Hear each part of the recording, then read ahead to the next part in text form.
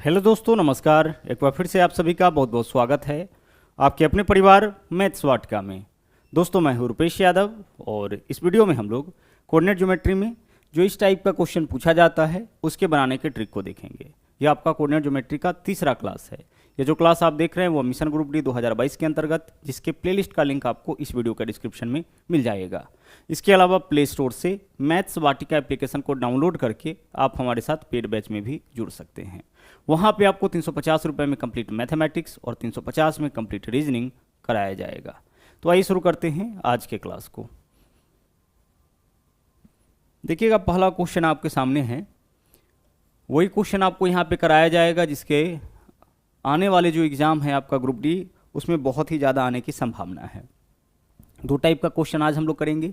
यहाँ पे देखिएगा बोला क्या है, बोला है एक्स अक्ष के सापेक्ष बिंदु 7, 8 का परावर्तित प्रतिबिंब ज्ञात कीजिए। यानी हमें एक कोऑर्डिनेट दे रखा है। कोऑर्डिनेट क्या है आपका, निर्देशांक क्या दे रखा है, 7 और 8।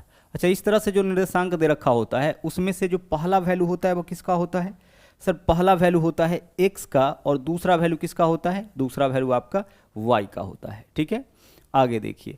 अब हमें क्या बताना है, इसका प्रतिबिंब बताना है। तो प्रतिबिंब वाले क्वेश्चन को सोल्व करने के लिए आपको यह देखना होता है कि हमें प्रतिबिंब किस अक्ष के सापेक्ष में बताना है। अगर एक्स अक्ष के सापेक्ष में प्रतिबिंब बताना हो, उस केस में क्या करना है कि x का जो वैल्यू है वैसे ही रहने दीजिए। ठीक है, इसके सापेक्ष में बोलेगा उसको वैसे ही छोड़ दीजिए, बाकी जो है उसका साइन चेंज कर दीजिए। तो y पॉजिटिव है, y को क्या करना है, नेगेटिव कर देना है। यही आपके इस क्वेश्चन का क्या होगा, आंसर होगा। x के सापेक्ष प्रतिबिंब निकालना होगा तो x के साइन को आपको चेंज नहीं करना है, x जैसे है वैसे ही रहने दीजिए, y का साइन आपको चेंज कर देना है। तो हमारा आंसर इस क्वेश्चन का क्या होगा, 7 - 8 होगा। लेकिन इसी क्वेश्चन में आपका x के बजाय अगर बोला होता कि y एक्सिस के सापेक्ष, y अक्ष के सापेक्ष प्रतिबिंब क्या होगा, तो हम क्या करते कि x के साइन को चेंज करते। तो x प्लस में है तो -7 करते और y के लिए क्या लिखते, y जैसे है उसको वैसे ही रखते। यह आपका y अक्ष के सापेक्ष प्रतिबिंब हो जाएगा। साइन चेंज करना है, अगर नेगेटिव होगा तो पॉजिटिव करेंगे, पॉजिटिव होगा तो नेगेटिव करेंगे। मान लीजिए कि एक और क्वेश्चन आपसे ऐसे पूछा जाए कि x अक्ष के सापेक्ष आपको -3 और -5 इस कोऑर्डिनेट का प्रतिबिंब बताना है। तो आप क्या करिएगा, x के सापेक्ष बोला गया है तो x को वैसे ही रहने दीजिए और y का साइन चेंज कर दीजिए। y नेगेटिव है तो इसको क्या कर देंगे, पॉजिटिव कर देंगे। तो x अक्ष के सापेक्ष इसका प्रतिबिंब जो होगा वो आपका यही हो जाएगा। ठीक है, तो सिंपल सा कॉन्सेप्ट है, समझ में आ गया होगा। अगर इससे रिलेटेड क्वेश्चन पूछा जाए तो बहुत ही आसानी से आप अपना आंसर निकाल सकते हैं। प्रतिबिंब पूछा जाए, छाया पूछा जाए, सब एक ही होता है। जिस अक्ष के सापेक्ष पूछा जाएगा उसका साइन छोड़ करके बाकी का साइन आपको क्या करना है, चेंज कर देना है। चलिए आगे बढ़ते हैं। अब हम लोग चलते हैं दूसरे क्वेश्चन में। जो दूसरा क्वेश्चन है वो आपका डिस्टेंस फार्मूला के ऊपर आधारित है। ठीक है, और बिल्कुल शुरुआत हम लोग कोऑर्डिनेट ज्योमेट्री में डिस्टेंस फार्मूला से ही करते हैं। जैसे देखिएगा, मान लीजिए कि यह कोई दो बिंदु है, एक बिंदु यहाँ पे है और एक बिंदु यहाँ पे है, और इस दोनों बिंदु का कोऑर्डिनेट आपका दे रखा हो। मान लीजिए कि इस बिंदु का कोऑर्डिनेट आपका x1 और y1 है। ठीक है, कितना दिया है, x1, y1 दिया है इस बिंदु का कोऑर्डिनेट, और इस वाले बिंदु का कोऑर्डिनेट आपका दिया है x2, y2। जैसा कि आपको पता है कि पहले x का वैल्यू होता है, बाद में y का वैल्यू होता है। तो दोनों पॉइंट का आपका कोऑर्डिनेट दे रखा है और इसके बीच का हमें निकालना है डिस्टेंस। किसके मदद से, इन दोनों कोऑर्डिनेट के मदद से। कैसे डिस्टेंस निकालेंगे, तो देखिए डिस्टेंस फार्मूला क्या होता है, ध्यान से समझिएगा। पहले फार्मूला देखिए, फिर उसके बाद इसको हम लोग और आसानी से सोल्व करेंगे। डिस्टेंस कैसे निकालेंगे, पहला वैल्यू x का होता है, दूसरा वैल्यू y का होता है। तो दो कोऑर्डिनेट आपका दे रखा है तो x को x1 y1 ले लेंगे और इसको क्या लेंगे, x2 y2। डिस्टेंस निकालने का फॉर्मूला होता है, हम x2 में से माइनस करेंगे x1। ठीक है, क्या करना है, x2 में से x1 माइनस करना है, इसका करना है होल स्क्वायर, और प्लस फिर y2 में से माइनस करना है y1 और इसका करना है होल स्क्वायर। x वाला में से x वाला ही माइनस करिएगा और y वाला में से y वाला ही आप माइनस करिएगा और इसको कर लीजिएगा अंडर रूट। ठीक है, यह आपका क्या कहलाता है, डिस्टेंस फॉर्मूला कहलाता है। करना क्या है, x2 में से माइनस करना है x1 को और इसका करना है होल स्क्वायर। उसी तरह से y2 में से माइनस करना है y1 को और इसका करना है होल स्क्वायर। इन दोनों के वैल्यू को जोड़ेंगे, इससे आपका डिस्टेंस क्या होगा, निकल जाएगा। बहुत ही आसानी से डिस्टेंस आपका निकल जाएगा। यही आपका क्या कहलाता है, डिस्टेंस फॉर्मूला कहलाता है। तो कई बार डिस्टेंस आपको निकालना होगा और कई दफ़ा क्या होगा, डिस्टेंस क्वेश्चन में दे करके किसी एक कोऑर्डिनेट के कोई एक एक्स या वाई का मान आपसे पूछा जाएगा। ठीक है, अब आइए इसका यूज करके इस क्वेश्चन को सोल्व करते हैं। बोला है यदि 2 - 2 और 5 2 एक वर्ग के दो क्रमागत शीर्ष है, तो सबसे पहले तो हम वर्ग बनाते हैं। ठीक है, यह हमारा कोई वर्ग हो गया, ध्यान से समझिएगा इस क्वेश्चन को। यह हमारा कोई वर्ग हो गया और इसके दो क्रमागत शीर्ष। अच्छा, क्रमागत शीर्ष का मतलब क्या हुआ? पड़ोसी शीर्ष। चलिए, तो एक शीर्ष हम इसको ले लिए, दूसरा शीर्ष हम इसको ले लिए। कोई दो क्रमागत ले सकते हैं, हम इसको ले सकते हैं, इसको ले सकते हैं। चलिए, इसी दोनों को ले लिए। चलिए, इस पॉइंट का नाम हम ए ले लिए, इसका नाम हम बी ले लिए। क्रमागत शीर्ष हो गया, यह आपका सी हो गया, यह डी हो गया। चलिए ठीक है, आगे देखिए। क्रमागत शीर्ष का यहाँ पे कोऑर्डिनेट दे रखा है 2 और -2, तो इस शीर्ष का 2 -2 ले लिए और इस शीर्ष का क्या ले लिए? 5 और 2 ले लिए। अब हमें इस क्वेश्चन में क्या बताना है? तो वर्ग के प्रत्येक भुजा की लंबाई क्या होगी? वर्ग के क्रमागत शीर्ष है तो वर्ग के प्रत्येक भुजा की लंबाई क्या होगी? वर्ग की प्रत्येक भुजा की लंबाई पूछा है, तो वर्ग के प्रत्येक भुजा की लंबाई पूछा है, तो दोनों कोऑर्डिनेट पता है। तो अगर हम यहाँ से लेकर के यहाँ तक का डिस्टेंस निकाल लेते हैं तो यही तो वर्ग के भुजा का माप होगा। हमें क्या करना है? हमें अल्टीमेटली यहाँ से लेकर के यहाँ तक का डिस्टेंस निकालना है। तो जब भी क्वेश्चन में कोऑर्डिनेट दे और डिस्टेंस निकालना हो तो डिस्टेंस निकालने के लिए यही फॉर्मूला यूज करिएगा, x2 - x1। तो देखिए यहाँ पे x1 का मान कितना है? 2 और x2 का मान कितना है? 5। तो x2 में से x1 माइनस करिए, तो 5 में से 2 माइनस करेंगे कितना होगा? 3। 3 का करना है स्क्वायर, तो 9 हो जाएगा। प्लस देखिए यहाँ पे x2 - x1, आराम से समझिए, इस तरह का भी हम लोग बहुत सारा क्वेश्चन करेंगे। तो 5 में से माइनस करेंगे 2, 2 कितना हो जाएगा? 3। 3 का स्क्वायर करेंगे 9। और अब क्या करना है? y2 - y1, तो 2 में से माइनस करेंगे 2, 2 - -2 कितना हो जाएगा? +2 हो जाएगा, +4 हो जाएगा। और 4 का स्क्वायर कितना होगा? 16 हो जाएगा। यही तो होगा, देख लीजिए यहाँ पे। अगर हम y2 में से y1 माइनस करेंगे तो 2 में 2 - -2 लिखेंगे तो 2 + 4 हो जाएगा। 2 + 4 कितना? 2 + 2 हो जाएगा, यानी 4। 4 का स्क्वायर 16। 16 9 कितना हो गया? 25। तो 25 का वर्गमूल 5, यानी डिस्टेंस जो यहाँ से लेकर के यहाँ तक का निकला वह कितना हो जाएगा आपका? यहाँ से यहाँ तक का डिस्टेंस आपका 5 हो जाएगा। हमें यही बताना था कि वर्ग के प्रत्येक भुजा की लंबाई कितना होगा? 5 हो जाएगा। अगर क्वेश्चन में पूछता है कि भाई वर्ग का विकर्ण क्या होगा, तो 5√2 हो जाएगा, क्योंकि वर्ग का विकर्ण क्या होता है? √2 × भुजा होता है। जब भुजा पता लग गया है तो फिर हम विकर्ण भी निकाल सकते हैं, हम इसका क्षेत्रफल भी निकाल सकते हैं, परिमाप भी निकाल सकते हैं, जो निकालने के लिए बोला जाए वह निकाल सकते हैं। केवल कोऑर्डिनेट से हम लोग क्या करेंगे? यहाँ पे ए से बी तक का डिस्टेंस निकालेंगे। ठीक है, आगे चलिए, अब चलते हैं हम लोग अगले क्वेश्चन में। डिस्टेंस आप आसानी से निकाल सकते हैं। क्वेश्चन नंबर 3 देखिएगा यहाँ पे क्या है। इस क्वेश्चन में बोला है कि शीर्ष 4 1 1 1 3 5 द्वारा निर्मित त्रिभुज कैसा होगा। देखिएगा यहाँ पे एक त्रिभुज का पहले हम निर्माण करते हैं, आराम से समझिएगा इस क्वेश्चन को भी। यह हमारा कोई त्रिभुज है और इसके तीनों शीर्ष का नाम हम दे देते हैं। यह शीर्ष है A, यह शीर्ष है आपका B और यह शीर्ष है C। तीनों शीर्ष का कोऑर्डिनेट दे रखा है, हम लिख लेते हैं यहाँ पे। पहले शीर्ष का कोऑर्डिनेट क्या है? 4 1, यानी A का वैल्यू आपका 4, 1 इस बिंदु का आपका कोऑर्डिनेट हो गया। B का मान है 1 और 1, यानी इस बिंदु का जो कोऑर्डिनेट है वह क्या है आपका? 1 और 1 है। और इसके अलावा क्या है? 3 और 5, तो इस बिंदु का जो कोऑर्डिनेट है वो आपका क्या है? 3 और 5 है। ठीक है, चलिए अब हमें क्या बताना है कि इसके द्वारा निर्मित त्रिभुज कैसा होगा? समद्विबाहु होगा, समकोण होगा, किस तरीके का त्रिभुज होगा? तो हमें यह कैसे पता चलेगा?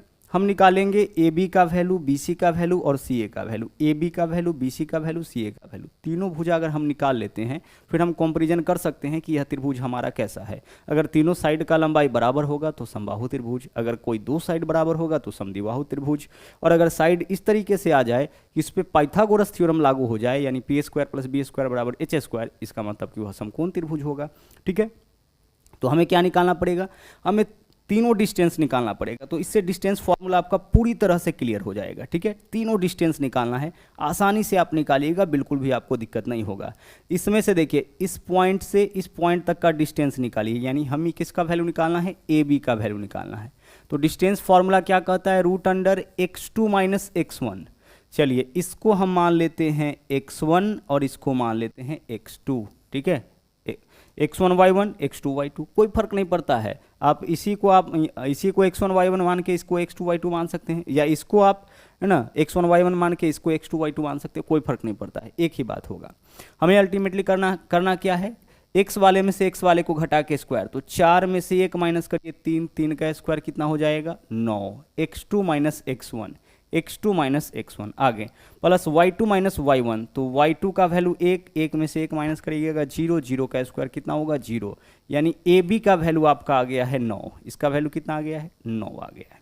उसी तरीके से BC का वैल्यू आप निकालिए, BC का वैल्यू देखिए क्या होगा, BC का वैल्यू इस दोनों में से देख लीजिए x1 y1 x2 y2, किसी एक को x1 y1 दूसरा को x2 y2, चलिए x वाला का कैलकुलेशन x के साथ, तो 3 में से 1 माइनस करिए 2, 2 का स्क्वायर कितना होगा 4, प्लस आगे देखिए 5 में से 1 माइनस करिए 4, 4 का स्क्वायर कितना होगा 16, 4 प्लस 16 कितना होगा 20, यानी कि रूट 20 किसका वैल्यू हो गया, रूट 20 आपका वैल्यू हो गया BC का, BC का वैल्यू कितना रूट 20 हो गया। आगे चलिए, इसी तरीके से हम इन दोनों पॉइंट का डिस्टेंस भी तो निकाल सकते हैं, तो निकालिए, आसानी से समझिएगा, कोई दिक्कत नहीं होना चाहिए। AC बराबर रूट अंडर देखिए x2 माइनस x1 करिए, किसी एक को मान लेते तो 4 में से 3 माइनस करेंगे 1, 1 का स्क्वायर कितना होगा 1 हो जाएगा, प्लस 1 में से 5 माइनस करेंगे -4 का स्क्वायर कितना हो जाएगा 16, 16 और 1 17, रूट 17, यानी तीसरे साइड का मान आ गया रूट 17। अब इसको देख करके आप तय करिए कि यह किस तरीके का त्रिभुज होगा,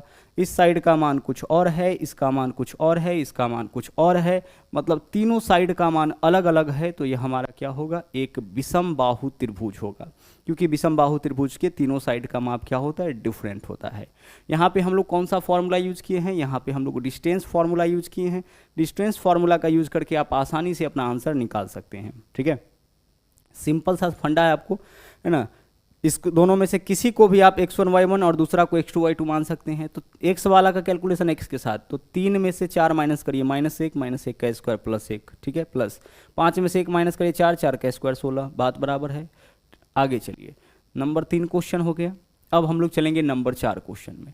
नंबर 4 क्वेश्चन भी वैसा ही है, बोला है बिंदु A 1 2 B 3 4 और C 4 1 एक ऐसा त्रिभुज का शीर्ष है जो कैसा है, यानी इस त्रिभुज का हमें प्रकार बताना है कि किस तरीके का यह त्रिभुज होगा। सेम क्वेश्चन है, आइए एक बार फिर से समझते हैं। तीनों शीर्ष का यहाँ पे देख लीजिए कोऑर्डिनेट दे रखा है A B और C।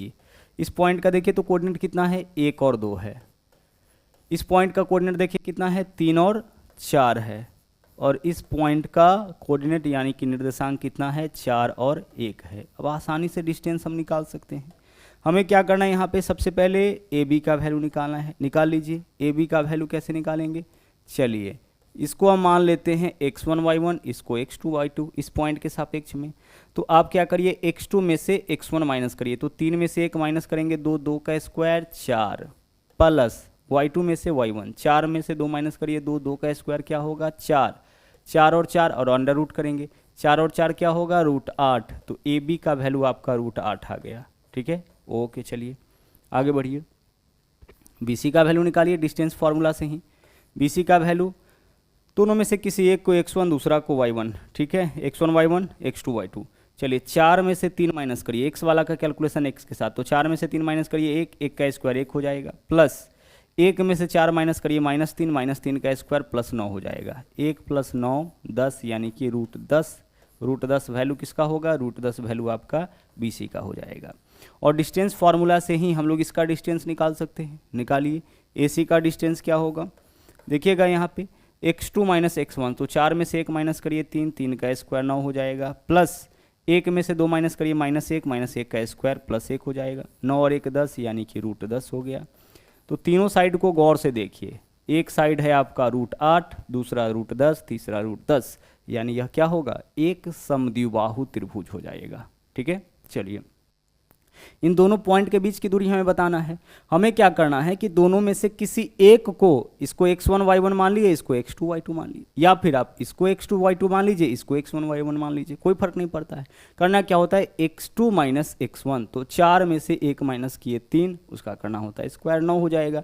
1 में से 2 माइनस करेंगे -1 का स्क्वायर करेंगे नेगेटिव भी होगा, स्क्वायर करेंगे तो +1, 9 और 1 10, रूट 10। आसानी से आप इस वैल्यू को निकाल सकते हैं। ठीक है, चलिए आगे बढ़ते हैं। नंबर 5 क्वेश्चन में देखिएगा, यहाँ पे देखिएगा क्या बोला है, बोला है यदि दो बिंदु x7 और 1 15 के बीच की दूरी 10 इकाई है तो x का संभावित मान क्या होगा। देखिएगा यहाँ इस बार क्या है, क्वेश्चन में डिस्टेंस दे रखा है, कितना है डिस्टेंस 10, डिस्टेंस बराबर क्या होता है root under x2 minus x1। तो x2 का मान 1, x1 का मान x है, तो 1 माइनस एक्स का whole square, x2 minus x1 का whole square plus y2 minus y1 का होल स्क्वायर। तो 15 में से 7 माइनस करिए 8, 8 का स्क्वायर कितना होगा 64 हो जाएगा। रूट हटाते हैं तो इस तरफ वाले का स्क्वायर 100 हो जाएगा, प्लस 64 है इधर आएगा तो माइनस 64 बराबर 1 माइनस कितना है इधर 1 माइनस आपका x, इसका है होल स्क्वायर। ठीक है, 100 में से 64 माइनस करिए कितना होगा 36, 36 बराबर क्या होगा 1 माइनस एक्स हो जाएगा। अच्छा, स्क्वायर हटाएंगे तो इस तरफ वाले का क्या होगा रूट होगा। गौर से देखिए, रूट 36 का मतलब क्या होगा, रूट 36 का मतलब होगा प्लस माइनस 6। ठीक है, चूंकि आप यहाँ पे स्क्वायर है ना, तो 36 इधर क्या वैल्यू है 36 है, 36 का वर्गमूल करेंगे, प्लस माइनस स्क्वायर हटाए हैं तब रूट हुआ है तो प्लस माइनस आएगा। यहाँ पे हो जाएगा 1 माइनस एक्स, एक्स का वैल्यू देखिए, एक्स नेगेटिव है इधर लाएंगे तो पॉजिटिव, एक्स पॉजिटिव हो जाएगा, एक पहले से इधर है और इस वैल्यू को इस तरफ लाइएगा तो यह प्लस माइनस ही होगा ना, यानी एक्स का मान 1 और अगर प्लस लेते हैं तो 1 और 6 कितना हो जाएगा 7 हो जाएगा, और अगर माइनस लेते हैं तो 1 माइनस 6 क्या होगा -5 होगा। तो एक्स का यह दो वैल्यू हो सकता है 7 और -5, 7 और -5, यानी विकल्प डी जो है वह आपका यहाँ पे इस क्वेश्चन का सही आंसर हो जाएगा। एक्स का तो दो वैल्यू निकलेगा ना, प्लस माइनस है तो प्लस मतलब एक बार इस वैल्यू को प्लस करेंगे, एक बार माइनस करेंगे, दोनों करेंगे। तो इस तरीके से आपका यहाँ पे जो एक्स का वैल्यू आएगा वह क्या आएगा 7 या फिर -5।